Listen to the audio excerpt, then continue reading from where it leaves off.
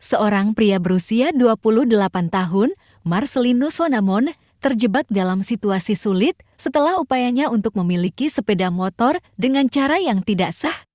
Marcelinus, yang bekerja sebagai buruh proyek, tertangkap oleh kepolisian sektor Kuta Selatan setelah gagal membawa kabur motor curian. Kasus ini bermula ketika seorang penjual bakso memberitahu Muhammad Azizi, 40 tahun, bahwa sepeda motor Yamaha Jupiter MX miliknya telah dicuri di parkiran tempat hiburan malam di Badung, Bali. Dengan bantuan temannya, Imam, Azizi berhasil mengejar pelaku yang melarikan diri dengan Honda Vario. Meski sempat diteriaki, pelaku tetap melarikan diri dengan cepat.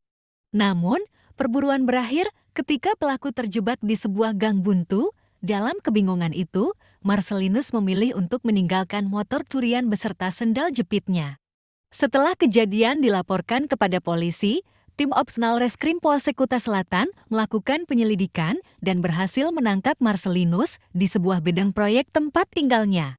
Saat diinterogasi, Marcelinus mengakui perbuatannya dan menyatakan bahwa dia mencuri motor karena kebutuhan sehari-hari. Atas perbuatannya, Marcelinus terancam penjara paling lama 5 tahun.